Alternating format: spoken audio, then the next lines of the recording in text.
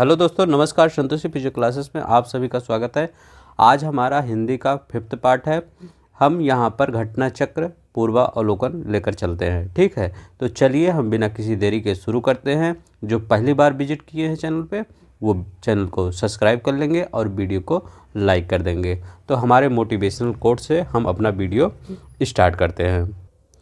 उससे पहले हम ये बताना चाहते हैं, जिनको घटना चक्र जीएस का पढ़ना है तो हमारा बायोलॉजी अभी चल रहा है, बायोलॉजी एंड की तरफ है। तो अभी जाके वहाँ पर आप 2-3 वीडियो और बचा है, अगले महीने से हम ज्योग्राफी स्टार्ट करने वाले हैं, ठीक है। तो वहाँ पे जाके घटना चक्र पूर्वावलोकन का प्लेलिस्ट है, आप वहाँ से देख सकते हैं। तो चलिए हम देखते हैं।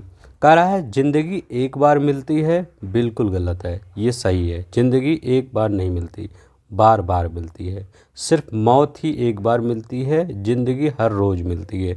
तो सही है, हमारे पास ज़िंदगी बार बार मिलती है। क्यों? जैसे आप अभी किसकी तैयारी कर रहे हैं, RO ARO या PCS की, ठीक है। तो ये ज़िंदगी आपको जान लीजिए मिली ही है। अगर इसमें आप सफल हो जाते हैं, सिर्फ 8 से 9 महीने आपको सिर्फ मन से मेहनत करना है।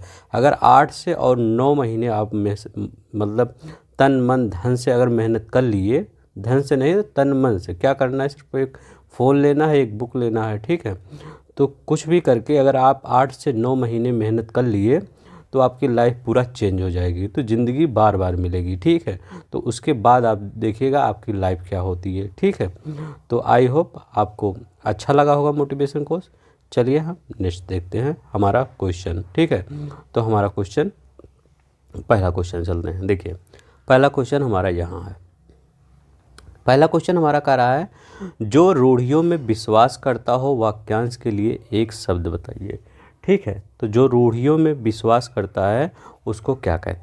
तो उसको क्या कहेंगे आप? उसको रूढ़िवादी कहेंगे, ठीक है। याद रखिएगा, उसको रूढ़वादी। पहले आप वीडियो पॉज किया करिए, बताइएगा, इसके बाद हम तो बता ही रहे हैं, ठीक है। तो जो रूढ़ियों में विश्वास करता है उसको रूढ़िवादी कहते हैं। याद रखिए, देखिए कैसे लिखा जाता है, क्योंकि वहाँ वर्तनी ही गलत लिख के दे देते हैं, ठीक है। तो रूढ़िवादी कैसे लिखा जाता है? रूढ़ि, ये या ड़ी के छोटी मात्रा होता है, वादी नहीं तो आप बड़ी मात्रा लगा दिए, ठीक है। रूढ़िवादी। अब यहाँ पे एक है परंपरावादी। तो क्या जो परंपरा में विश्वास करता है उसको परंपरावादी कहते हैं, ठीक है। अब एक रूढ़िबद्ध है, नहीं तो रूढ़िबद्ध और रूढ़िवादी आप मतलब कंफ्यूज हो जाएं। तो रूढ़िबद्ध क्या होता है? बद्ध मतलब बन्हा, ठीक है। ये बद्ध लिखा है ना, बन्हा, तो बन्हा से है। तो जो रूढ़ि में बधा हो, ठीक है। तो जो रूढ़ि में बधा हो मतलब वो चाहता है कि हम मॉडर्न तरीके से जीना सीखें, लेकिन हमें वो मॉडर्न तरीके से नहीं जी पा रहा है, वो उसी में बधा हुआ है, ठीक है। जैसे किसी के घर पे लोग होते हैं तो वो पिछले जो उनके मम्मी पापा या दादा दादी होते हैं, वो पुराने ज़माने वाला बच्चों को भी सिखाते हैं, ठीक है। वही सिखाना चाहते हैं। हो सकता है वो सही हो, मैं ये नहीं कर रहा हूँ वो गलत है, तो वो सही भी होता है वो जो सिखाते हैं, तो वही होता है रूढ़िबद्ध। तो आप बद्ध हैं रूढ़ि, क्योंकि आपके बड़े आपको वही सिखाना चाहते हैं, ठीक है। तो रूढ़िबद्ध होता है, ठीक है। तो आई होप। और ये रूढ़िवादिता क्या होता है? तो परंपरागत बातों को मानते चले जाए। जो परंपरागत बात को जो मान रहा है और मानते चला ही जा रहा है, वो रूढ़िवादिता है, ठीक है। तो रूढ़िवादिता और रूढ़िवादी में मत कन्फ्यूजिएगा। रूढ़िवादी है जो रूढ़ियों में विश्वास ही करता हो, और ये जो परंपरागत बात को चला ही जा रहा है, उससे कोई मतलब नहीं, ठीक है। तो आई होप आपको समझ में आ गया। चलिए नेक्स्ट देखते हैं। ऐसे ही हम क्वेश्चन बताते हैं आपको। तो हमारा ये दूसरा क्वेश्चन है। तो आप वीडियो पॉज करके आप बताइए इसमें क्या होगा। हम एक बार क्वेश्चन पढ़ ही देते हैं। जो पूजा के योग्य हो वाक्यांश के लिए क्या है? जो पूजा के योग्य हो, तो जो पूजा के योग्य है उसको क्या कहते हैं? आई होप आप बता दिए होंगे। उसको पूजनीय कहते हैं। क्या? पूजनीय कहते हैं। याद रखिएगा, आपको वर्तनी में पूजनीय ऐसे दे देता है, पूजनीय ऐसे दे, आधा जा लगा देता है, लेकिन पूजा हमेशा पूरा होता है। तो पूजा में पूजनीय ये रहेगा, ठीक है, पूरा जा रहेगा। तो ऐसे याद कर लीजिएगा, जो पूजा होता है वो हमेशा पूरा होता है, ठीक है। अब देखिए पूजइता क्या होता है, ये इम्पोर्टेंट, ये भी पूछ लिया जाता है। पूजइता, पूजा करने वाला, जो पूजा करने वाला होता है, जैसे आप घर पे हैं तो आपके पापा पूजा करते हैं, आप पीछे आगे या बैठे रहते हैं, ठीक है। तो ये क्या होता है, पूज्यता, पूजा करने वाले आपके पापा जी हैं, तो ठीक है, तो वो पूज्यता कहलाता है। पूजा करने वाला जो होता है वो पूज्यता कहलाता है, या पुजारी जो होता है वही पूजा करता है ना, तो पुजारी क्या है, वो पूज्यता है, ठीक है।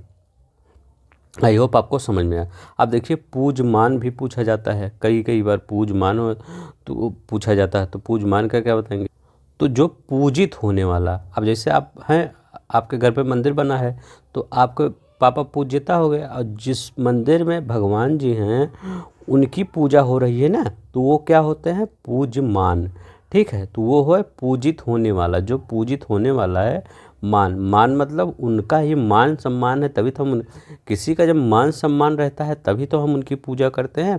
तो ऐसे याद रखिएगा, पूजमान, जिसकी पूजा किया जाता है उसको पूजमान कहते हैं, और जिसे पूजित मतलब पूजित पूजा गया हो उसको पूजिता कहते हैं। सभी एक ही टाइप से है, ठीक है। तो आपका ये पूजनीय होगा, ठीक है। तो चलिए नेक्स्ट देखते हैं।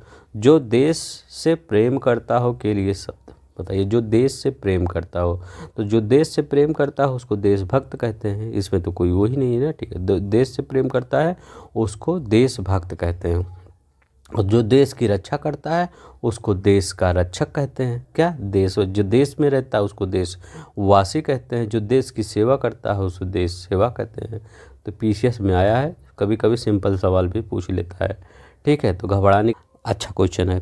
100 में से 100 के लिए एक शब्द बताइए। 100 में से 100, तो 100 में से 100 के लिए क्या होता है, 100% होता है। क्या होता है, 100%, ठीक है। ये तो आपको समझ में आ गया। एक चीज़ इसमें पूछा जाता है, शताब्दी बहुत बार पूछा जाता है।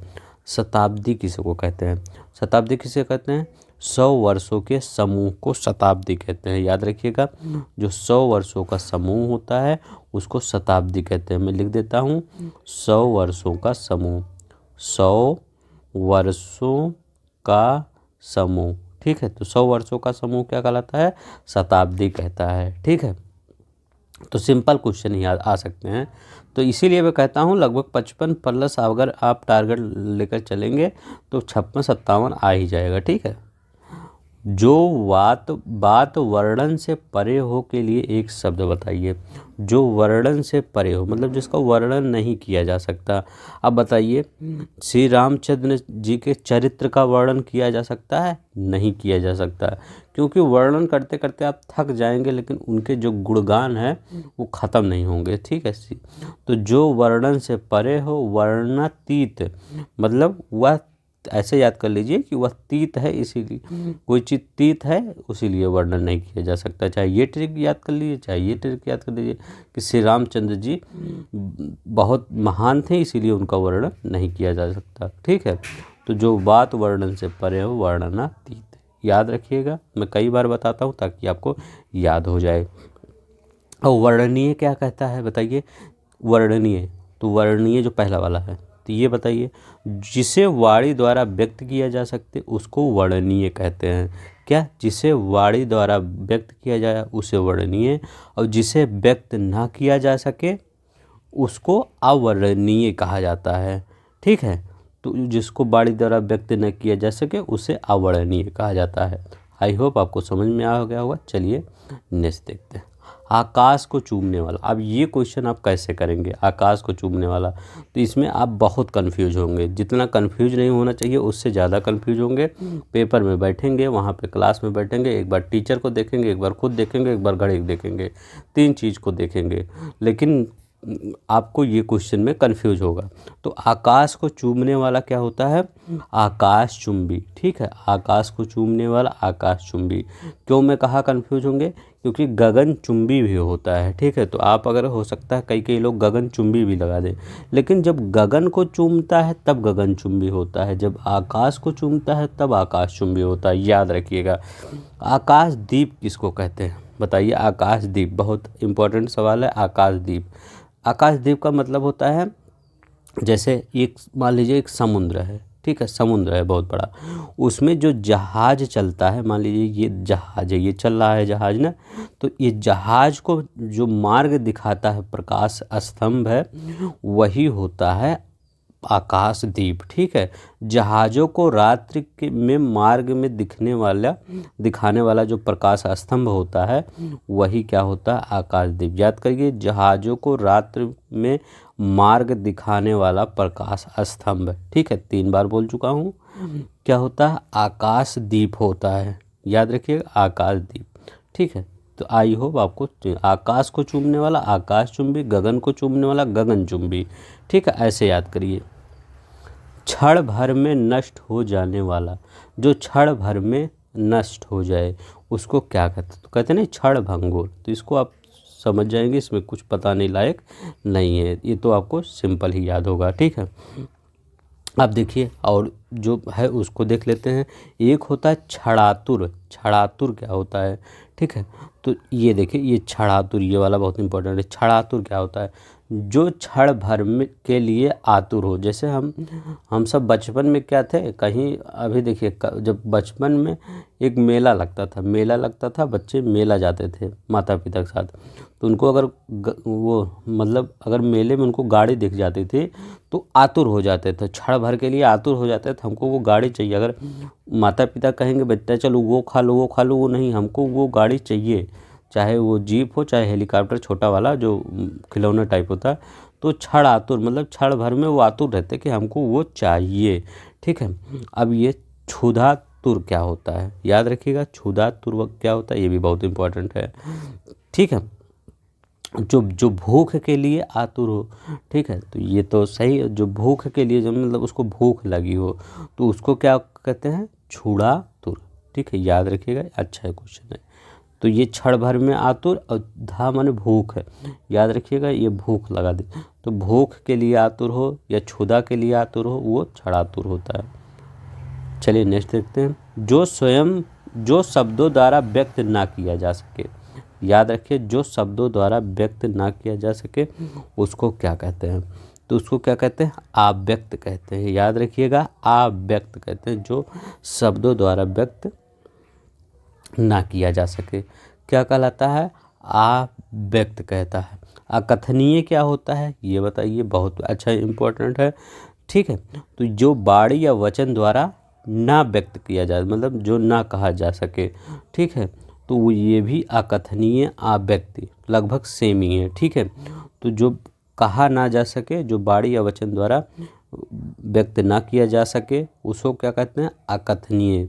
ठीक है, तो जो कम जानता हो, ये बहुत बार पूछा जाता है, कम जानने वाला, जो आपका कम जानता हो उसको क्या कहते हैं, अल्पज्ञ कहते हैं। याद रखिएगा, उसको अल्पज्ञ कहते हैं, यही सबसे ज़्यादा पूछा जाता है। चलिए हम नेक्स्ट देखते हैं। किसी पर विजय पाने की इच्छा को क्या कहते हैं, किसी पर विजय पाने की इच्छा, तो याद वीडियो पॉज करके बताइए, तो उसको क्या कहते हैं, जिगीसु कहते हैं। याद रखिएगा, किसी पर विजय पाने की इच्छा को जिगीसु कहते हैं। जानने की इच्छा को क्या कहते हैं, अजेय कहते हैं। याद रखिए, जानने की इच्छा को अजेय कहते हैं। ठीक है, अजेय जानने की इच्छा को, अजेय की ये जिज्ञासा, सॉरी अगर गलती हो सॉरी, ये जिज्ञासा किसको कहते हैं, आपको जानने की इच्छा को जिज्ञासा कहते हैं। अजेय किसको कहते हैं, ठीक है, अजेय जिस पर विजय ना किए, जिसे जीता ना जा सके। ठीक है, तो जिसे जीता ना जा सके, जैसे रावण अपने आप को कहता हम अजेय हैं, ठीक है, कहता था लेकिन है नहीं। ठीक है, तो वो क्या अजेय होता है। ठीक है, जिज्ञासा किसे कहते हैं, जिज्ञासा जान से मारने की इच्छा, मतलब अगर जान से मारने की जिसकी इच्छा हो वो जिज्ञासा। जैसे क्रिमिनल लोग होते हैं, वो क्या होता है, जान से मारने की उनकी इच्छा होती है, तो उनके अंदर जिज्ञासा रहती है, जिज्ञासा। ठीक है, तो नेक्स्ट देखते हैं। मध्यरात्रि का समय के लिए एक शब्द क्या है, जो मध्यरात्रि हो। तो मध्यरात के लिए पिछले भी वीडियो में हम पढ़ाए थे, क्या बोला जाता है, निशीथ बोला जाता है। निषीध। ठीक है, तो मारतंड किसको बोला जाता है? मारतंड, याद रखिएगा मारतंड। तो जो दोपहर के समय का सूर्य होता है जो, वही मारतंड होता है। तो मतलब तांडव मचाते हैं। जैसे गर्मी का दिन जब होता है, जब दोपहर के सूर्य ऊपर दिखते हैं, तो मतलब तांडव एक तरफ से होता है, इतनी गर्मी होती है मई जून में। ठीक है, तो इसी से याद रखिएगा, जो सूर्य दोपहर के समय होता है उसको मारतंड कहते हैं। ठीक है, मध्याह्न किसे कहते हैं? मध्याह्न, तो दोपहर के समय को मध्याह्न कहते हैं। ठीक है, मारतंड और मध्याह्न में मत कन्फ्यूज होइएगा। मारतंड सूर्य भगवान को कहते हैं जब दोपहर के समय वो होते हैं। मध्याह्न एक समय होता है। अपराह्न क्या होता है? दोपहर के बाद कहते नहीं, अपराह्न में भोजन कर लेंगे, दोपहर के बाद के को लिख देता हूँ इसको, दोपहर के बाद का समय को अपराह्न कहते हैं। ठीक है, 11 देखते हैं। जिसका दमन किया गया हो उसके लिए क्या कहते हैं? जिसका दमन किया गया हो, तो दमित उसको बोला जाता है। क्या? जिसका दमन किया गया हो, जिसका दमन किया गया हो दमित कहलाता है। दमनीय किसको कहलाता है बताइए? जो दबाया जा सके। ठीक है, तो जिसको दबाया जा सके वह दमनीय कहलाता है। ठीक है, दयनीय क्या कहलाता है? जो दया के योग्य हो उसको दयनीय कहलाता है। ठीक है, दमनशील कहलाता है तो दमन करने वाला। ठीक है, जो दमन करने वाला होता है वो दमनशील कहलाता है। चलिए नेक्स्ट देखते हैं। तुरंत उत्पन्न होने वाले सूझबूझ के लिए एक शब्द बताइए। जो तुरंत उत्पन्न हो उसके लिए एक शब्द बताइए जो सूझबूझ से उत्पन्न हो। ठीक है, तो इसका बहुत इंपॉर्टेंट है, बहुत बार पूछा जाता है। तो ऐसे याद कर लीजिए, जो सूझबूझ से होगा, तुरंत होगा, तो वो बहुत अगर मैं आपसे कहता हूँ परतु उत्पन्न मत लिखिए, तो कोई सूझबूझ होगा तभी तो आप लिख पाएंगे। तुरंत उत्पन्न आपके दिमाग में होगा, नहीं तो इतना बड़ा अक्षर कैसे लिख पाएंगे? यही होगा। ठीक है, तो कैसे लिखा जाएगा याद रखिएगा, प्रत्यु उत्पन्न मति। ठीक है, तो जो तुरंत उत्पन्न होने वाले सूझबूझ हो उसको प्रति उत्पन्न मति। इतना टफ वर्ड है, अगर सूझबूझ नहीं होगा, अगर तुरंत दिमाग में नहीं आएगा तो मैं अगर बोलूँगा तो आप नहीं लिख पाएंगे। ठीक है, तो इसीलिए याद रख लीजिएगा। मेरा कहने का मतलब है ये समझाने का, ताकि आपको याद हो जाए। ठीक है, प्रति उत्पन्न मति। चलिए नेक्स्ट देखते हैं। जो तुरंत कोई युक्त सोच ले। देखिए आरओ 2016 में आया है, ये भी 2016 में आया पीसीएस में। तो तुरंत कोई सोच ले, तो वही देखिए, तुरंत कोई सोच ले तो प्रति उत्पन्न मति, तो प्रति उत्पन्न मति कहलाता है, याद रखिएगा। ठीक है, चलिए नेक्स्ट देखते हैं। आतिथ्य सत्कार की भावना वाला, मतलब जो इनका कहने का मतलब है जो अतिथि का सत्कार करे उसको क्या कहते हैं? ठीक है, तो वो क्या कहलाता है? तो वो क्या कहलाता है? आतिथ्य कहलाता है। ठीक है, जो आतिथ्य, उसके अंदर आतिथ्य के मेहमान के मतलब भावना है कि मेहमान आएंगे और हम उनका सत्कार करेंगे, तो आतिथ्य होता है, बाप की भावना है। ठीक है, वह जिसके जहाँ अतिथि ठहरा हो उसको क्या कहते हैं? जैसे आपके यहाँ कोई अतिथि ठहरा हो तो उसको क्या कहते हैं? तो मतलब अतिथि को नहीं, आपको क्या कहेंगे? जैसे मैं आपके घर आया तो मैं आपके घर ठहरा हूँ, तो आपको क्या कहेंगे? तो ठीक है, तो वो क्या कहेंगे? आतिथेय कहेंगे उनको। आपको आतिथेय कहा जाएगा। ठीक है, याद रखिएगा। आतिथेय क्या होता है? वह जिसके यहाँ अतिथि ठहरा हो वो आतिथेय कहलाता है। ठीक है, तो इसका आपका ये वाला सही है। आतिथेय क्या होता है? जिसके यहाँ अतिथि ठहरा हो, नहीं तो आप भूल जाइए। ठीक है, अब देखिए कौन सा सवाल, ये तो हो गया। ये वाला देखिए कौन सा, 15 नंबर का है। जिसे बुढ़ापा ना आए। ठीक है, तो जिसे बुढ़ापा ना आए इसको आप जानते ही होंगे, इसको क्या कहते हैं? इसको अजर कहते हैं, याद रखिएगा। जिसको बुढ़ापा ना आए उसको अजर कहते हैं। ठीक है, और जिसको मृत्यु ना हो उसको अमर कहते हैं, ये तो आप जानते ही होंगे। अनेक युगों तक चले आने वाले के लिए, जो अनेक युगों तक चला है, तो ये बहुत आप कन्फ्यूज होंगे, समाचीन लगाएं या सनातन लगाएं या कालांतर लगाएं, तो मतलब अनेक युगों से चले आने के लिए, तो अनेक युगों से चले आने सनातन होता है। ठीक है, तो क्या है, कैसे याद करें, हमारा सनातन धर्म है ना, तो क्यों क्या बोला जाता है हमेशा अपना सनातन धर्म क्यों बोला जाता है, क्योंकि ये युगों युगों से चला। अब क्या किस भगवान का युग या द्वापर त्रेता ये सब थोड़ी जानते हैं आप, जैसे राम जी का युग, तो ये सब थोड़ी जानते हैं आप, ये तो बहुत युगों से चला आ रहा है। तो इसीलिए हम अपना सनातन धर्म मानते हैं जो अनेक युगों से चला आ रहा है, ठीक है, इसको सनातन। प्लीज़ अगर आप सब्सक्राइब नहीं किए हैं चैनल को सब्सक्राइब कर लेंगे, लाइक नहीं किए हैं प्लीज़ आप सब लाइक कर देंगे, ठीक है। थोड़ा सा हमें पीपीटी ये सब बनाने में मेहनत लगता है, तो आप अगर कर लेंगे तो हमको थोड़ा सा अच्छा लगेगा, ठीक है। पश्चिम और उत्तर दिशा के मध्य कोण होता है, तो चलिए हम इसको आपको थोड़ा सा अच्छे से समझा देते हैं, इसको क्या कहते हैं, बार बार नहीं तो आप भूलते हैं, ठीक है, कि इनको क्या कहते हैं। अब देखिए, आप ऐसे एक आप रीजनिंग का क्वेश्चन लगाते होंगे, ठीक है। ये क्या आपका होता है ऊपर वाला, तो ऊपर वाला आपका होता है उत्तर, नीचे वाला होता है दक्षिण, ये क्या होता है पूरब, और ये क्या होता है आपका पश्चिम होता है। इतना तो आप समझ गए ना।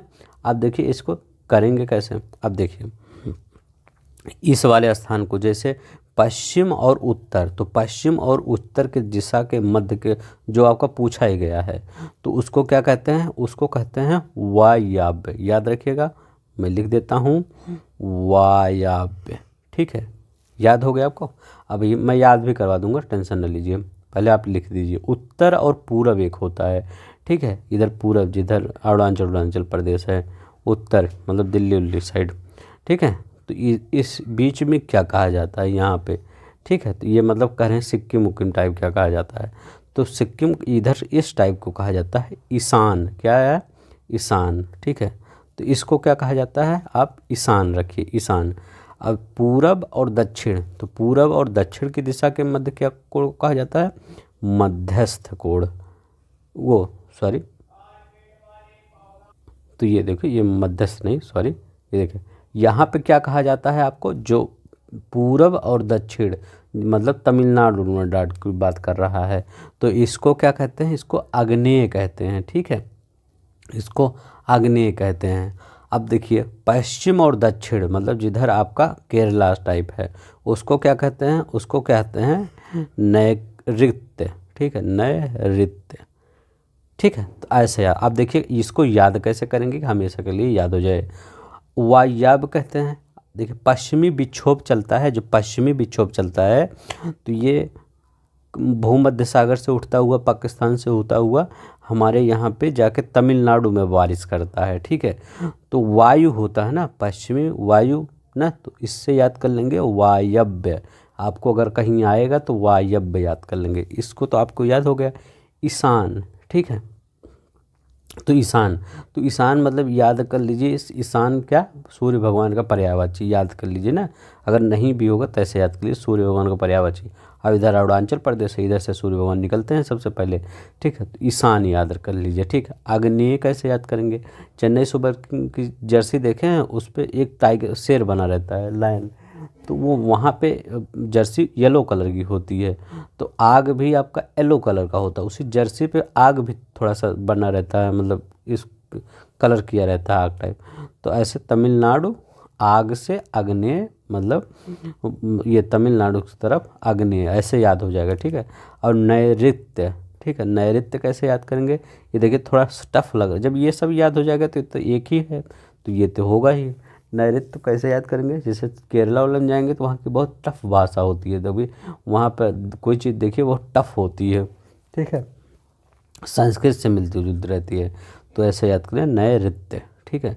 तो आग्नेय, ईशान, वायु यहाँ से पश्चिमी विक्षोभ आ रही है, तो ये वायव्य, ठीक है। तो आप याद करें पश्चिम और उत्तर, किसको, पश्चिम उत्तर वायव्य, और दक्षिण और पश्चिम कहे नैऋत्य, और पश्चिम और दक्षिण कहे तमिलनाडु की साइड आग्नेय, उत्तर पूरब कहे ईशान, ठीक है, ऐसे याद कर लेंगे। अगर जिसको याद होगा वो तो मतलब उनके और अच्छा होगा, जिनको याद होगा, और मान लीजिए जिनको ना याद हो तो सही है, याद ही हो गया आपको। चलिए नेक्स्ट देखते हैं। ऐसी जीविका जिसका कुछ ठीक ठिकाना ना हो, मतलब जो उसका जो हमेशा इधर उधर अनिश्चित जीविका हो, इधर उधर भ्रमण करता हो, ठीक है, तो उनको क्या कहते हैं, आकाश वृत्ति। याद रखिएगा, उनको आकाश वृत्त, आरो यारो में आया हुआ है। ऐसी जीविका जिनका कुछ ठीक ठिकाना ना हो उनको आकाश वृत्ति, मतलब अनिश्चित जीविका, ठीक है, एक निश्चित जीविका नहीं है।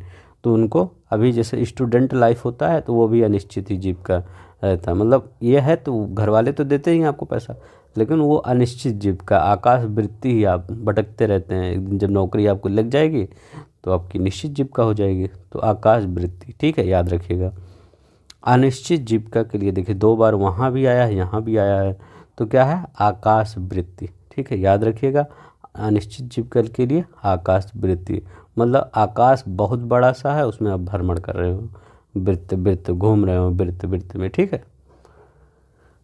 अब ये देखिए 20वां क्वेश्चन देख लीजिए, जिस पर हमला ना किया गया हो उसको क्या कहते हैं। जिस पर हमला ना किया गया हो, अच्छा क्वेश्चन है, वीडियो पॉज करके बताइए क्या होगा।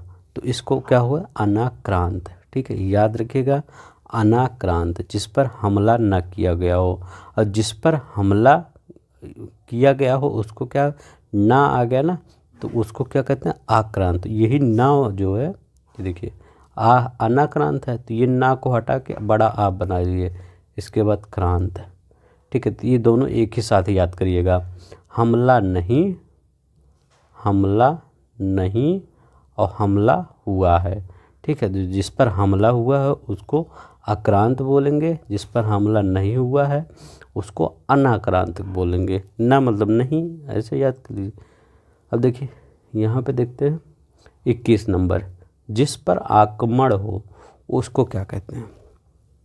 तो बताइए, जिस पर आक्रमण हो उसको क्या कहते हैं, तो उसको आक्रांत कहते हैं, ठीक है। तो आक्रांत, तो यही वाला क्वेश्चन है, जिस पर देखिए, जिस पर हमला ना किया हो, अगर यही ना हटा देंगे, जिस पर हमला या आक्रमण हो वही तो आक्रांत होता है, तो क्या होगा, आक्रांत, बड़ा आक्रांत, वही क्वेश्चन है। आरो यारो वो एपीओ में आया है, पीसीएस मेंस में भी आया है। अब ये देखिए ये भी वही आया है, ठीक है, आपका यूपीएसटीआई में आया है, ठीक है। तो आक्रांत याद रखिएगा, हमला या आक्रमण एक ही बात होता है। चलिए नेक्स्ट देखते हैं। अब देखिए यहाँ पर, जो मंद गति से कार्य करता है, तो बताइए जो मंद गति से कार्य करता है, इसको बताइए, अच्छा क्वेश्चन है, ठीक है। तो जो मंद गति से कार्य करता है मंथर बोला जाता है, ठीक है, याद रखिएगा, जो मंद गति से कार्य करता है उसको मंथर बोला जाता है, ठीक है। और सत्वर किसे बोला जाता है, बहुत बार पूछा जाता है कि सत्वर किसको कहा जाता है। सत्वर उसको कहते हैं जो हर काम को बहुत शीघ्र ही कर दे, उसको सत्वर कहते हैं। याद रखिएगा, जो हर काम को बहुत शीघ्र करे वो क्या कहलाता है, आपका सत्वर कहलाता है, ठीक है, सत्वर। मंद, मंदाक्रांता किसको कहते हैं बताएं। तो जो 17 अक्षरों का वर्ण वृत्त एक नाम दिया जाता है, क्या, 17 अक्षरों का वर्ण वृत्त होता है उसको मंदक्रांता कहते हैं। चलिए नेक्स्ट देखते हैं। उचित अनुचित का ज्ञान रखने वालों को क्या कहते हैं, मतलब जैसे कोई उचित अनुचित, जैसे हमारे दादाजी हैं, बाबा जी हैं, उनको पता है क्या उचित है क्या अनुचित है। उचित अनुचित का ज्ञान बाबा जी दादाजी रखते हैं तो उनको विवेकी कहा जाता है, क्या कहते हैं, विवेकी कहा जाता है, ठीक है। अब बताइए चतुर किसको कहा जाता है, जो चालाक हो, दूरदर्शी की, जो दूर की सोचता है उसको दूरदर्शी कहा जाता है। ज्ञानी किसे कहता है, कहा जाता है जो पुराण उपनिषद शास्त्र ये सबका अध्ययन कर चुका है उसको ज्ञानी कहा जाता है, ठीक है। 24 नंबर क्वेश्चन, जो अपने कर्तव्य का निश्चय ना कर सके वाक के लिए क्या कर सके, जो अपने कर्तव्य का निश्चय ना कर सके कि आपका कर्तव्य क्या है, ठीक है। जैसे आपका क्या कर्तव्य है, कि आपका कर्तव्य है कि घर वालों को हमें एक अच्छी सी जॉब देना है, चाहे आर ओ चाहे पीसीएस, ठीक है। तो आपका यही कर्तव्य है, तो क्या है, जो नहीं आप कर्तव्य आप निश्चय ही नहीं कर पा रहे हैं, हमको देना क्या है, तो क्या है, किम कर्तव्य विमूढ़। याद रखिएगा, वो आपको क्या करना है, किम कर्तव्य विमूढ़, उसको क्या कहा जाता है, क्या, किम कर्तव्य। और जो दुविधा में हो, बताइए उसको क्या कहते हैं, दुविधाग्रस्त, ठीक है। तो जो दुविधा में या द्वंद्व में हो तो उसको दुविधाग्रस्त, जो द्वंद्व में हो उसको द्वंद्वग्रस्त, जो भ्रमित हो उसको भ्रमित कहा जाता है। ऐसा कवि जो तत्काल रचना कर सके। ये बहुत बार पूछा गया है क्वेश्चन, ठीक है, तो ऐसे इसको याद कर लीजिए। तत्काल, जो तत्काल कर सके उसको आशु कवि कहते हैं, ठीक है, याद रखिएगा। जो तत्काल रचना कर सके उसको आशु कवि कहते हैं। जो कवि महान हो, महाकवि, ठीक है। और कवियों का ईश, अब कवियों का ईश भी होता है ना, उसको कबीश कहते हैं, याद रखिएगा। कवियों का ईश कबीश कहलाता है, ठीक है, कवियों का ईश कबीश कहलाता है। नेक्स्ट देखते हैं, अव्यक्त शब्द के लिए एक प्रयुक्त वाक्य है। अव्यक्त शब्द के लिए, जिसे व्यक्त ना किया जा सके उसको अव्यक्त कहते हैं। जिसे व्यक्त ना किया जा सके उसको क्या कहते हैं? अव्यक्त कहते हैं, ठीक है, याद रखिएगा। जिसको व्यक्त ना किया जा सके अव्यक्त कहते हैं। चलिए 27 देखते हैं, जिसके हाथ में शूल हो तो शूल, शूल पाड़ी, पाड़ी माने जो हाथ, और हाथ में शूल हो तो शूल पाड़ी। चक्र हो हाथ में तो चक्र पाड़ी। वज्र हो हाथ में तो वज्र पाड़ी। पाड़ी ग्रहण, जो दूसरों का हाथ ग्रहण करे उसको पाड़ी ग्रहण कहते हैं, याद रखिएगा। तो आपका ये वाला आंसर सही होगा। संध्या और रात्रि के बीच का समय, तो क्या कहते हैं? जो संध्या और रात्रि के बीच का समय होता है वो क्या कहलाता है? तो ये गांव में कहते हैं गौधिरिया, ठीक है, तो उसको गोधुल कहा जाता है, याद रखिएगा। जो संध्या और रात्रि के बीच के समय में खाना उना नहीं खाना चाहिए, न खाना खाना चाहिए, न झाड़ू लगाना चाहिए, तो उसको गोधुल कहलाता है, ठीक है। जो सब कुछ जानता हो उसके लिए एक शब्द बताइए। जो, चलिए अब ये वाला क्वेश्चन देखते हैं। लिखा गया है उचित अनुचित का ज्ञान रखने वाला। तो उचित अनुचित का ज्ञान कौन रखता है? हमारे दादाजी, बाबा जी, ये सब उचित अनुचित का ज्ञान रखते हैं ना, तो उनको क्या कहा जाता है? विवेकी, क्योंकि उनके पास विवेक होता है, तो उनको क्या कहते हैं? विवेकी। ज्ञानी किसको कहा जाता है? जो पुराण उपनिषद शास्त्र का ज्ञान रखता है उनको ज्ञानी। जो दूर की सोचता है उनको दूरदर्शी। चतुर किसको कहा जाता है? जो चालाक हो, ठीक है, कुछ लोग चालाक होते हैं उनको चतुर बोला जाता है। जो अपने कर्तव्य का निश्चय ना कर सकें, जैसे आप अपने कर्तव्य का निश्चय कर लिए हैं कि हमको आरओ या पीसीएस निकालना है, तो आप किम कर्तव्य मूढ़ नहीं हुए। और जो निश्चय ही नहीं कर पा रहा हमको निकालना क्या है, वो क्या कहलाएगा? किम कर्तव्य विमूढ़, ठीक है, याद रखिएगा। वो किम कर्तव्य विमूढ़। और दुविधाग्रस्त में जो दुविधा में हो, द्वंद्व में हो जो द्वंद्वग्रस्त, ठीक है, तो याद रखिएगा किम कर्तव्य मूढ़। याद रखिए, मैं लिख देता हूँ एक बार, किम कर्तव्य विमूढ़, ठीक है, तो इसको किम कर्तव्य विमूढ़ बोला है।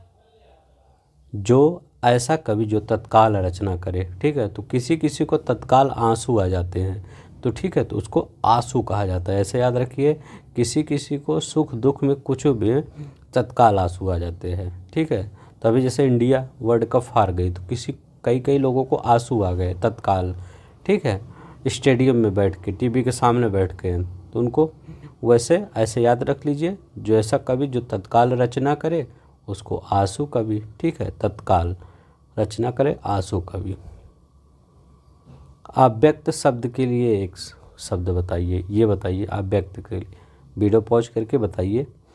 तो इसे जिसे व्यक्त ना किया जा सके, तो क्या है? जिसे व्यक्त ना किया जा सकते उसको क्या कहा जाता है? अव्यक्त कहा जाता है, ठीक है। अकथनीय क्या कहा जाता है?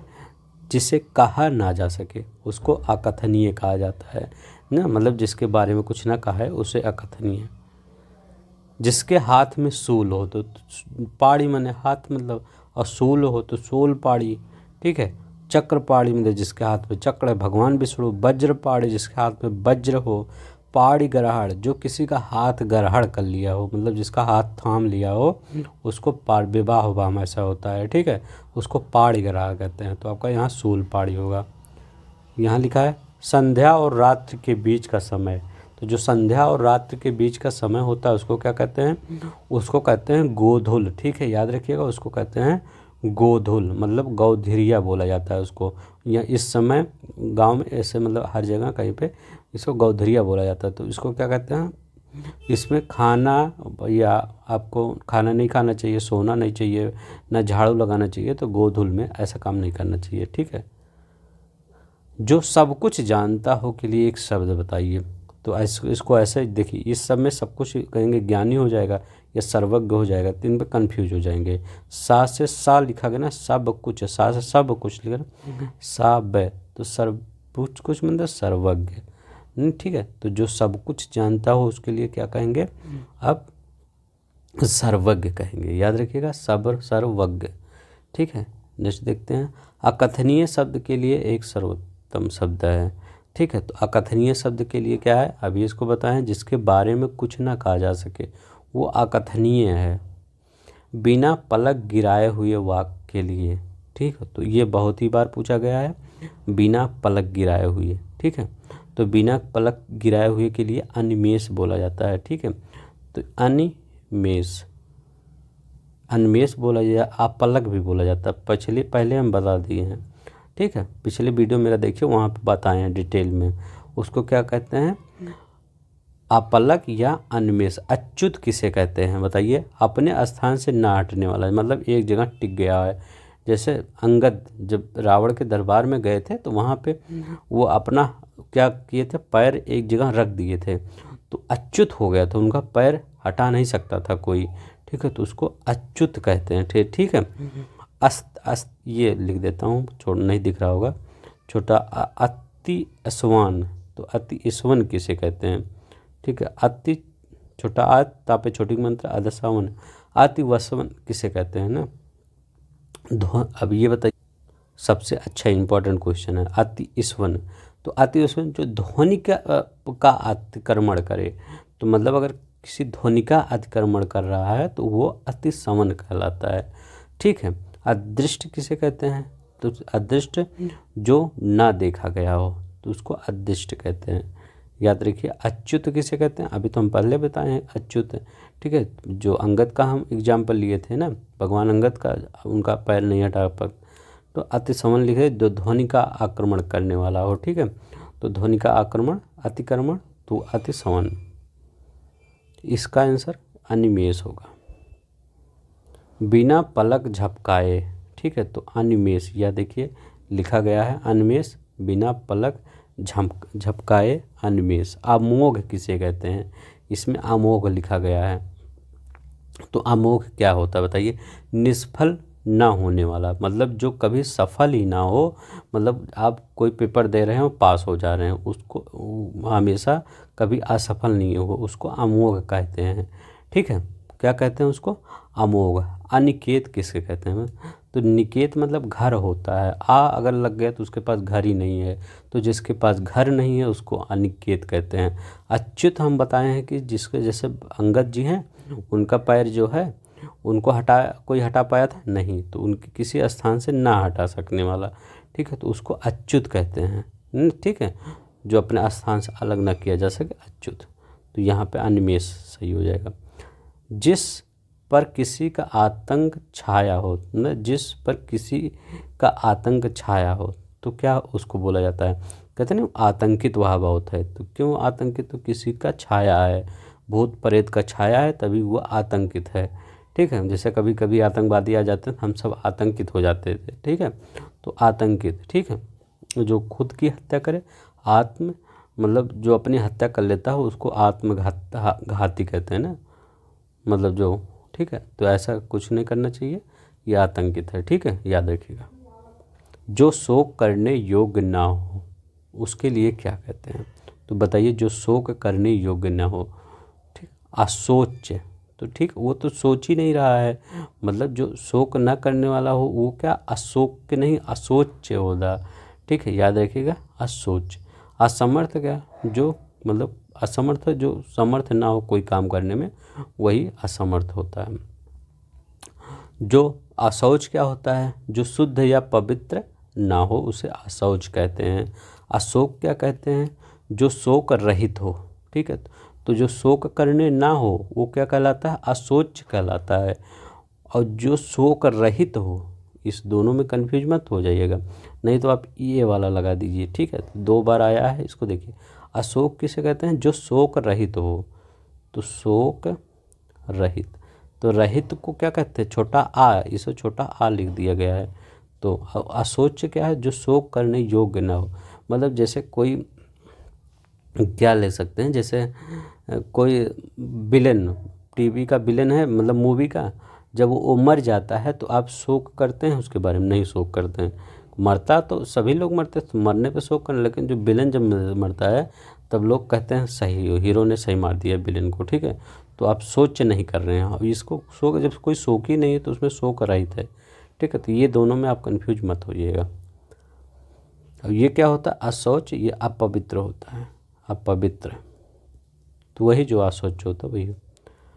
जिसे ऊपर कहा गया हो, तो बताइए, तो जिसे ऊपर कहा गया हो उपरयुक्त, तो ये अपने अगर नहीं आएगा तो अपने पेपर में ही देख लीजिएगा, कहीं लिखा मिल जाएगा उपरयुक्त। जैसे लिखा मिल जाएगा ऐसे देख लीजिए, खुद मत लगाइएगा, एक बार देख लीजिएगा, 5-10 सेकंड लगेगा, ठीक है। अब चलिए, जिसके हृदय को चोट पहुंची हो, तो हम अभी बताए थे, तो जिसके हृदय को, एक कल पिछली बार बताएंगे, जो मेरा पिछला वीडियो देखे होंगे उनको इसको समझ में आ रहा होगा। हम कहते ना आघात, उसमें वहाँ लिखा था जिसके हृदय को आघात हुआ हो, चोट ये मतलब आघात, ठीक है। आघात, आघात मतलब हाथ हो रहा है ना, तो हाथ इसी में हाथ है, तो यहाँ तो सिंपल ही है, तो ठीक है। तो वहाँ अलग अलग था ना, मर्माहूत था, ये था, तो हाथ यही था, तो यही, ठीक है। तो जिसके हृदय में चोट हुई तो वो मर्माहत, मनमोहक, मन को हरने वाला, मन को मोह लेने वाला। जैसे कृष्ण जी, मृत्युंजय किसे कहते हैं, मृत्युंजय, जो मृत्यु को जीत लिया हो, ठीक है। तो मृत्यु को जीतने वाले जैसे भगवान जी हमारे हैं, ब्रह्मा विष्णु महेश, वो सब मृत्यु को जीत रहे हैं, वो सब मृत्युंजय हैं, ठीक है। वह धन जो आधिकारिक रूप से राज्य को मिलता हो, उसके लिए एक शब्द बताइए। जो धन आधिकारिक रूप से राज्य को मिलता है, क्या राजस्व कहलाता है। याद रखिएगा, राजस्व, राजस्व की वैकेंसी नहीं आती, तो वही होता है, ठीक है। तो राजस्व कहते नहीं है, यूपी का राजस्व इतना बढ़ गया, इतना घट गया है, ठीक है। तो अगर आर्थिक सहायता तो उसको अनुदान कहते हैं, ठीक है। अब ये रिक्त बहुत पूछा जाता है, याद रखिएगा, रिक्त कई बार बता चुके हैं। रिक्त मतलब जो उत्तराधिकार में मिली जायदाद होगी उसको रिक्त कहते हैं। जैसे उत्तराधिकार में क्या मिलता है सबसे ज़्यादा, जैसे नेता मंत्री का कोई लड़का हुआ तो उनको आधे से ज़्यादा चीज़ें उत्तराधिकार में ही मिल जाता है, लेकिन जो गरीब होते हैं उनको उत्तराधिकार में नाम मात्र चीज़ मिलती है।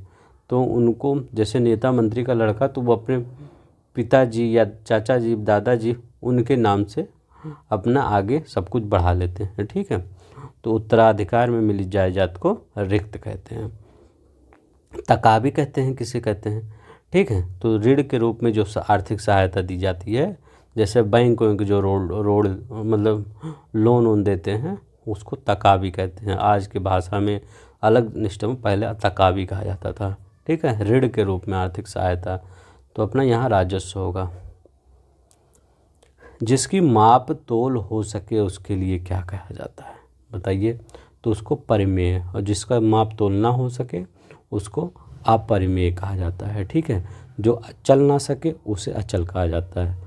अजेय, जिसको जीता ना जा सके उसे अजेय कहा जाता है। जो जीता ना जा सके, तो कोई किला है जो जीता नहीं जा सका था, ठीक है। तो अकबर एक बार गया था, शायद उसने जीत लिया था, ठीक है। तो हिस्ट्री जब हम पढ़ेंगे तो बताएंगे वो कौन सा किला था, ठीक है। घुटने तक बाँह वाला के लिए एक शब्द बताइए। जो घुटने तक, तो अजानु बाहु, ठीक है। तो घुटने तक बाँह वाला, घुटने तक बाँह वाला, जिसका बाँह घुटने तक हो उसको अजानु बाहु कहते हैं। क्या कहते हैं, जिसकी आशा ना की गई हो, अप्रत्याशित, इसको अजान बाहु लिखा कैसे जाता है, अजानु बाहु, ठीक है। जिसकी आशा ना की, अप्रत्याशित, ठीक। आघांत किसे कहते हैं, आघांत, शुरू से अंत तक, मतलब शुरू से आदि अंत, अंत ये अंत लिखा है, तो आज से अंत तक, तो शुरू से अंत तक, तो उसको आघांत कहते हैं, ठीक है। लंबोदर किसे कहते हैं, गणेश जी, जिसका उदर पेट लंबा हो उसको लंबोदर कहते हैं। तो अजान बाहु याद रखिएगा, बड़ा आ बड़ा जा रहेगा, नहीं अजानु बाहु, नहीं तो आप छोटा जा लगा दें, गलती कर दें वहाँ। जिसकी बाहें अधिक लंबी हो, कौन है, अजान बाहु, ठीक है। तो अजान बाहु लिख देता हूँ, अजानु बाहु। अब यहाँ देखिए 41, जिसका ज्ञान इंद्रियों द्वारा ना हो, ठीक है, जिसका ज्ञान इंद्रियों द्वारा ना हो उसको क्या कहते हैं, तो उसको कहते हैं अतीन्द्रिय, ठीक है। तो जिसका ज्ञान इंद्रियों द्वारा ना हो उसको क्या कहते हैं, अतीन्द्रिय। अब बताइए जितेंद्रिय क्या किसे कहते हैं, जिसने इंद्रियों को जीत लिया, अपने बस में कर लिया है, वो जितेंद्रिय कहते हैं। सर्वजीत किसको कहते हैं, सर्वजीत मतलब सब कुछ जीत गया हो उसको सर्वजीत कहते हैं। तो इंद्रजीत किसे, तो इंद्रजीत भगवान इंद्र थे, ठीक है। तो जिस ये भी आपको इंद्र मतलब इंद्रियों को जीत लिया था तो इंद्रजीत, जितेंद्रिय जित मतलब ये दोनों एक ही है। तो सर्वजीत और इंद्रिय, अतीन्द्रिय मतलब जो इंद्रियों ज्ञान इंद्रियों द्वारा ना हो उसे अतीन्द्रिय कहते हैं। जिसका अनुभव इंद्रियों द्वारा ना हो सके उसको क्या कहते हैं, तो ये भी अतीन्द्रिय, ठीक है। तो इंद्रियों में अगर ना आ जाएगा तो आप आ लगा दीजिए अतीन्द्रिय, ठीक है। इस टाइप के क्वेश्चन में कंफ्यूज मत होइएगा। इंद्रिया लिखा गया ना आ जाए, यहाँ पे इंद्रिया लिखा गया ना आ जाए, तो ना मतलब छोटा आ, छोटा आ कहीं है नहीं, छोटा आ यहाँ कहीं है नहीं, यहीं पे है बस। अब देखिए 43, जो इंद्रियों के ज्ञान से परे हो, ठीक है। तो बताइए जो इंद्रियों को, ये देखिए कैसे लिखा गया, हाँ एक बार देख लीजिए ये भी कैसे लिखा गया है, अतीन्द्रिय, जो अतीन्द्रिय, नहीं तो आप छोटी की मात्रा लगा दें, तापे छोटी की मात्रा गलत हो जाए। तो इंद्रियों ज्ञान से परे मतलब ना, तो अतीन्द्रिय। कितनी बार ये क्वेश्चन आया है, इंद्रियों को जीत लिया हो तो कौन, अब देखिए जितेंद्रिय जो मैं बताता हूँ बार बार वो देखिए इसमें, और इन फिर कन्फ्यूज हो जाएंगे आप ना। तो कैसे, जितेंद्रिय, एक बार लिख के देख लिया करिए अपने कॉपी में, जितेंद्रिय लिखा जाता है ऐसे, ठीक है। सबको समान भाव से देखने वाले के लिए, सबको समान तो समान समदर्शी, ठीक है। तो सबको समान भाव से देखे समदर्शी। प्रियदर्शी क्या होता है, जो सबको प्रिय हो, जैसे अशोक का नाम क्या था, प्रियदर्शी, ठीक है, अशोक का नाम। अब देखिए यहाँ पे त्रिकालदर्शी मतलब जो भूत वर्तमान भविष्य सब कुछ जानता हो उसको त्रिकालदर्शी बोला जाता है, ठीक है। जो भूत भविष्य सब कुछ जानता हो उसको त्रिकालदर्शी। बहुदर्शी जो बहुत कुछ देख लिया हो, ठीक है। तो ये बहुत कुछ देखने वाला कौन होगा बताइए, कछुआ जानते हैं, वो 130 साल तक जी जाता है, तो कछुआ बहुदर्शी होता है, कछुआ बहुदर्शी होता है, याद रखिएगा। प्रियदर्शी क्या होता है, जो प्रिय बोलता है नहीं, जो देखने में प्रिय लगे, हाँ जो दिखने में प्रिय लगे वही प्रियदर्शी होता है, ठीक है। नेक्स्ट देखते हैं, जो भेदा या तोड़ा ना जा सके उसके लिए क्या होता है, अच्छा क्वेश्चन है। तो अभेद्य कहते हैं ना, अभेद्य किला है, उसको भेदा या तोड़ा नहीं जा सकता। दुर्गम किसे कहते हैं, कहते हैं ना ये बहुत दुर्गम मार्ग है, मान लीजिए ये मार्ग है बहुत दुर्गम रहता है, ऐसे उखड़ा पकड़ा है तो ये बहुत दुर्गम होता है, ठीक है। ये बहुत दुर्गम मार्ग है, जिस पर चलना कठिन हो उसको क्या कहते हैं, दुर्गम। असंभव जानते हो, जो संभव ना हो। दुर्गेय किसे कहते हैं, दुर्गेय उसे कहते हैं जिसको बहुत कठिनाई से जाना जा सके, जैसे शक्तिमान ही बाल गंगाधर, मतलब सॉरी मुझे बाल गंगाधर है, ये बहुत कठिनाई लगा जानने में ना, तो वही होता है, तो वही जिसको बहुत कठिनाई से जाना जा सके दुर्गेय होता है। प्रिय वचन बोलने वाली स्त्री, तो प्रिय वचन बोलने वाली स्त्री प्रिय वंदा कहलाती हैं, ठीक है, याद रखिएगा। प्रिय वचन जो बोलती हैं प्रिय वंदा कहलाती हैं। अब मधुरभाषी क्या होता है, जो मधुर बोलता है उसको मधुरभाषी बोलते हैं। प्राण पिया मतलब जो प्राणों के समान हो, प्रिया, ठीक है। तो किसी व्यक्ति की जो प्राणों के समान महिला होती है उसको प्राण प्रिया बोलते हैं, ठीक है। तो प्राणों के समान प्यारी हो उसको प्राण प्रिया बोलते हैं, ठीक है, याद रखिएगा। चलिए नेक्स्ट देखते हैं, एक और छूट गया था, हाँ प्रेयसी किसे कहते हैं, तो प्रेमिका के लिए प्रेयसी होता है, ठीक है। तो प्रेमिका के लिए प्रेयसी होता है। जिसके पार ना देखा जा सके उसको क्या कहते हैं? तो सिंपल ही होगा, आप फिजिक्स में पढ़ते होंगे क्या? अपारदर्शी। जिसे पार ना देखा जा सके, अपारदर्शी। जिसका दमन करना कठिन हो, ठीक है। तो बताइए, जिसका दमन करना कठिन हो उसको क्या कहा? दर्दमनीय। तो अगर दमन करना हो, जिसको दमनीय अगर लेकिन कठिन हो तो दर्दमनीय। अच्युत की क्या होता है?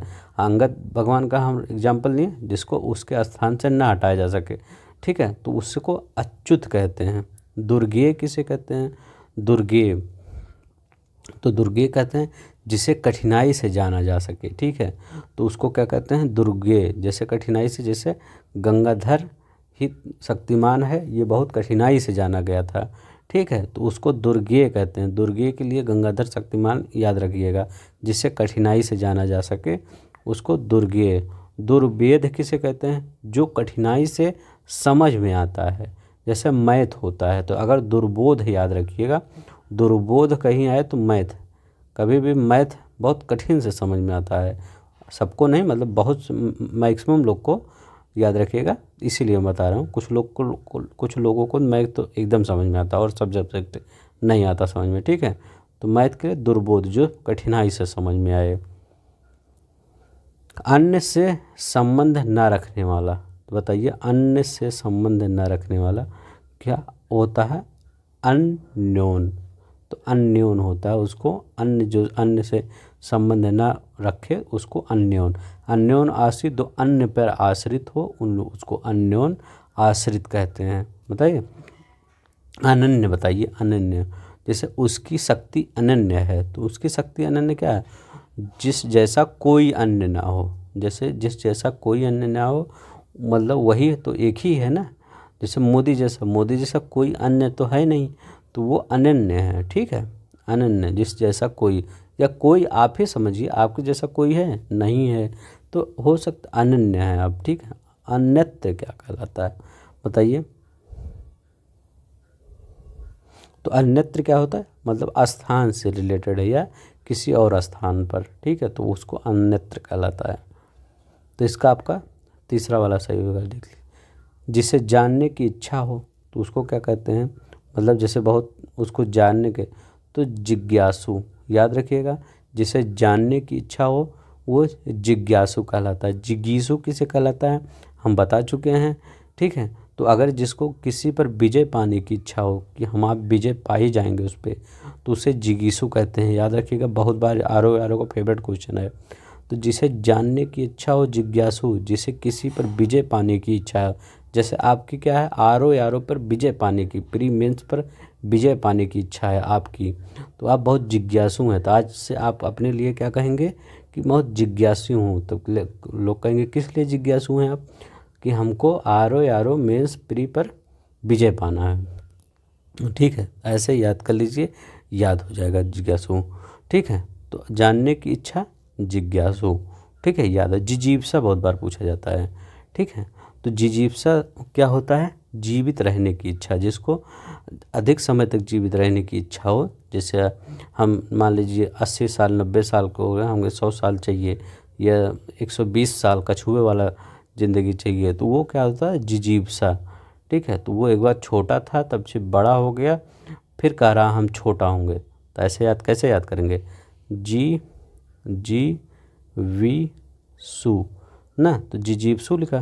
पहले छोटा था, फिर वो बड़ा हो गया, फिर उसको जीने की इच्छा आ गई, ठीक है, उसको जीने की इच्छा आ गई, तब फिर छोटी सी आ गया, ठीक है। फिर वो जी रहा है, कहाँ पे? ज़मीन पे जी रहा है। ऐसे याद करेंगे। कैसे? एक बार उसको जीने की इच्छा थी, छोटा था, फिर बड़ी आ गया, फिर छोटा बन गया वो, फिर उस पूरा जी रहा है। तो जिजीप्सु अधिक समय तक जीने की इच्छा है या जीने की इच्छा ना, तो जीवित रहने की इच्छा जिजीप्सु कहलाता है। तो यहाँ पे आपका जिज्ञासु, जानने की इच्छा। अगर आपको पसंद आ रहा होगा तो प्लीज़ सब्सक्राइब कर दीजिए, वीडियो को लाइक कर दीजिएगा, ठीक है। जानने की इच्छा रखने वालों के लिए बताइए, जानने की, अभी हम बताएं क्या? जिज्ञासु। तो जिसको जानने की इच्छा था, और ये क्या था? जिसे जानने की इच्छा है, तो जिज्ञासु यहाँ भी है, यहाँ भी है। कैसे लिखा जाएगा ये भी देख लीजिए। जिज्ञासु ऐसे लिखा जाता है। जिजीप्सा मतलब जिसको जीने की इच्छा हो उसको जिजीप्सा। जिज्ञासा ये भी उसी से रिलेटेड है। जिज्ञासा भी मतलब जिसको कुछ ज्ञान प्राप्त करने की इच्छा हो, कुछ जानने की, ज्ञान प्राप्त करने की, उसे जिज्ञासा कहते हैं। जिजीप्सा शब्द होने के लिए तो यहाँ पे क्या अभी हम बताए हैं, जिजीप्सा जब जो शब्द होता है किसके लिए, तो जीने की इच्छा ना।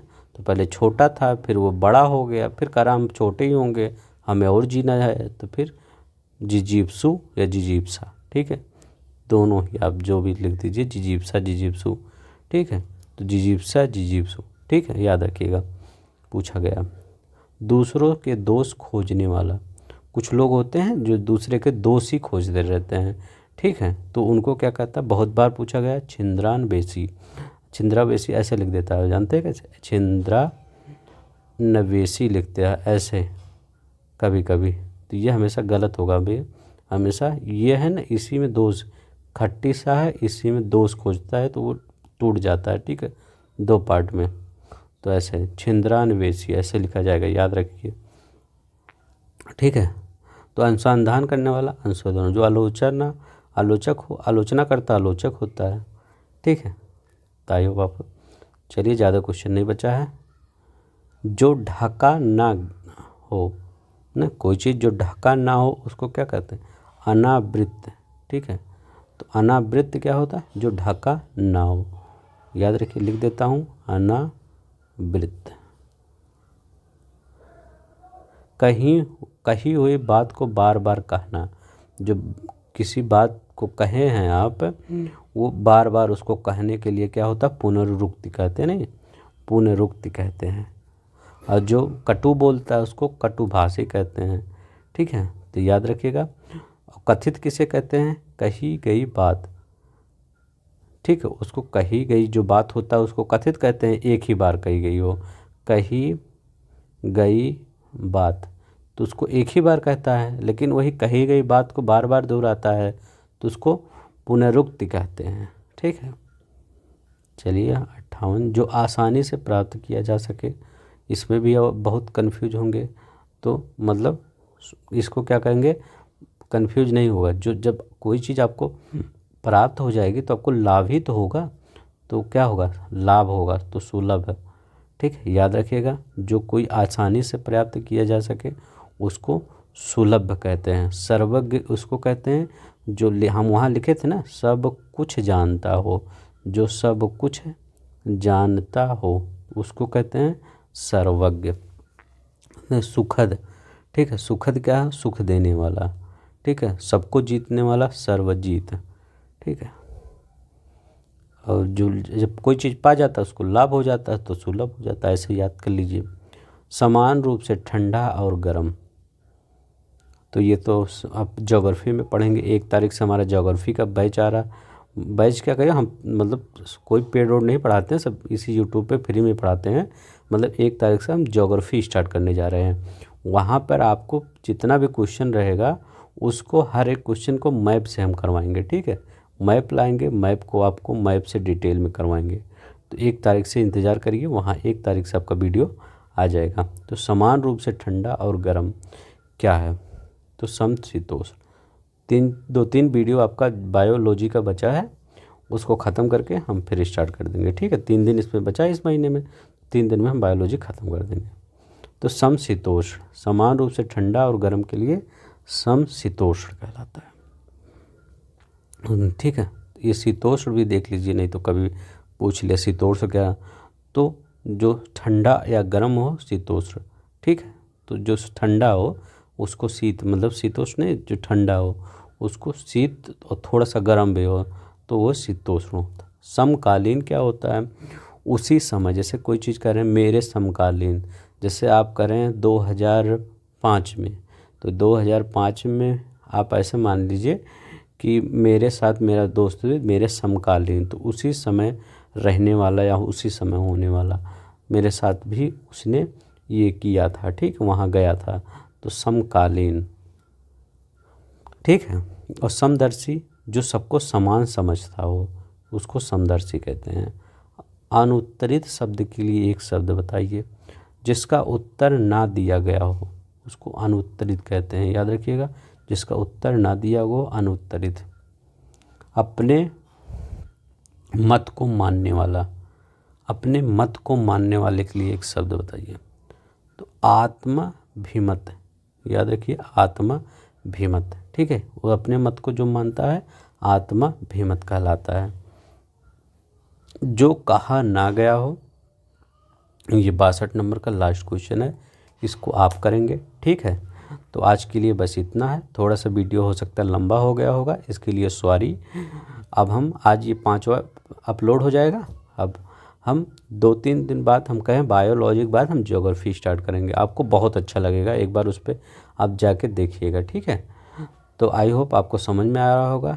तो अगर आपको समझ में आया होगा तो सब्सक्राइब कर लीजिए, लाइक कर दीजिए। धन्यवाद, नमस्कार, जय हिंद, जय भारत। अपना ख्याल रखिएगा।